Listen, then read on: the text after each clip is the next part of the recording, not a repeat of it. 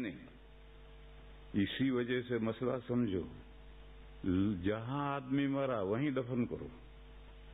دہلی میں مرا، دیوبند لا کے دفن کر رہے، کیوں لا کے دیوبند رکھ رہے؟ ساری زمین تو اللہ کی زمین ہے، اسی مٹی سے انسان کا جسم بنا تھا، دیوبند میں لا کر کیا دفن کر رہے؟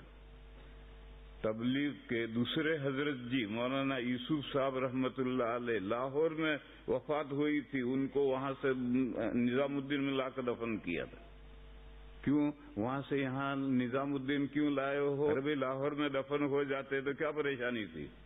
وہاں لا کر کے 3 بزرگ مرکز میں اندر مسجد میں دفن ہیں، حضرت مولانا الیاس صاحب قدس سرہ، حضرت مولانا یوسف صاحب اور حضرت مولانا انعام صاحب، ان 3 مسجد میں ہیں، اور وہاں ایک دیوار کر کے آڑ کر رکھی ہے، قبریں چھپا رکھی ہیں۔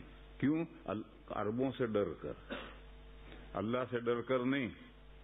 جب تبلیغ والوں میں جہالت آئے گی تو یہ دیوار ہٹ جائے گی اور یہ 3 قبریں پوجی جائیں گی۔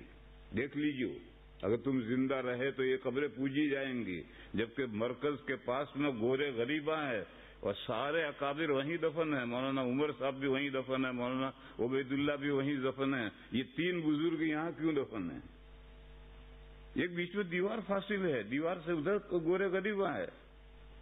حضرت مولانا طاہر صاحب رحمہ اللہ کی قبر مسجد میں ہے، کراچی میں چلے جاؤ، حضرت مولانا یوسف بنوری کی قبر مسجد میں ہے، اڑیسہ میں چلے جاؤ، مولانا اسماعیل صاحب کی قبر مسجد کے صحن میں ہے، گنگوہ میں چلے جاؤ، مولانا شریف صاحب کی قبر مدرسے کے اندر ہے۔ یہ سب جگہ دیوبندیوں میں سلسلہ چل پڑ گا ہے، کب قبریں مسجد میں مدرسے میں قبریں بنیں گے؟ بھئی یہ مدرسہ مرنے والے کے باپ کا ہے؟ قوم کے چندے سے مدرسہ زمین خریدی گئی ہے، ایک آدمی نے جھولی لے کر گھوما اور قوم سے چندہ کیا اور ایک زمین خرید کر مدرسہ قائم کیا، تو یہ زمین اس بنانے والے کے باپ کی ہے؟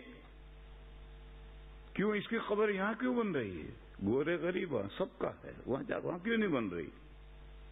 یہ دیوبندیت ہٹتی چلی جا رہی ہے بریلویت کی طرف کہ مرنے کے بعد بھی پوجو، اور یہ پوجنے کے لیے سب سامان ہو رہے ہیں۔